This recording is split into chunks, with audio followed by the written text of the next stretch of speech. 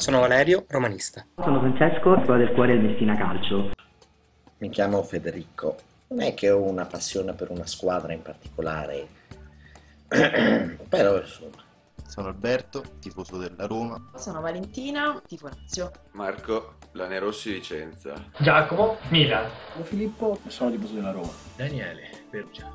Adoro vedere le partite a casa. Per me gli stadi ormai sono delle gabbie. A casa.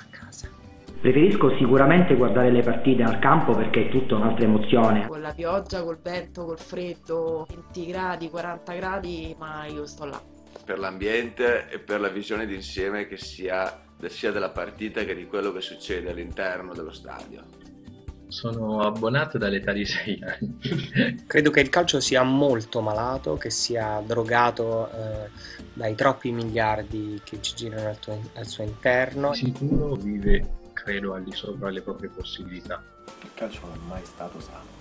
Non credo che il calcio sia malato, penso che io sono malato di calcio. È un calcio malato! La cosa che mi dà più fastidio è di non essere mai riuscito a godermi un campionato vero, un campionato giocato fino all'ultimo e non già deciso fin dall'inizio. Io sono appunto gli stipendi altissimi dei giocatori perché sono troppo spropositati. Sarebbe bene tornare a delle dirigenze che si occupano esclusivamente di calcio. Le partite decise a tavolino, io non ci credo. Alcune partite, come nel caso di Calciopoli, furono decise a tavolino. Tavole rotonde si fanno, che tavolino? Ho avuto decine di circostanze per cui la ragione mi ha detto di smettere di seguire il calcio, ma la domenica la fede è più forte della ragione. Continuo a seguire il calcio perché identificarsi con la mia squadra del cuore significa rimettersi in contatto con la città in cui sono nato, con la cultura della città da cui provengo. La passione va seguita, va coltivata. Io non riesco a rinunciare alle emozioni di una grande giocata. Comunque ti fa vivere meglio, ti condiziona molto la vita. Basta con queste partite a mezzogiorno, basta con questa Serie B il sabato e Serie A la domenica. Perché non provare a staccarsi dal modello organizzativo inglese e provare invece a seguire un'altra strada? O basta con questa tessera del tifoso, riportiamo la gente allo stadio, è una cosa bella, riportiamo le famiglie. Tolgo gli occhiali così mi si può riconoscere. Vorrei dire alla Lega che ritorniamo a sti scudetti che sono stati vinti sul campo.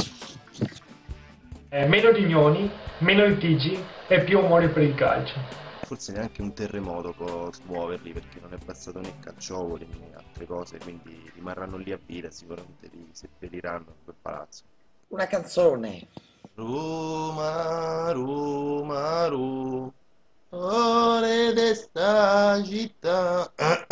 Ole, ole, ole, ole. Ho visto il mio Messina, uè, mamma, innamorato son. Alessandro Del Piero, ole.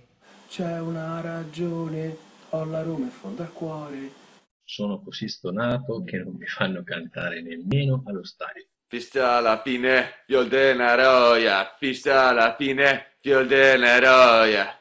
Alessandro Del Piero, Alessandro Del Piero, Alessandro Del Piero, ole.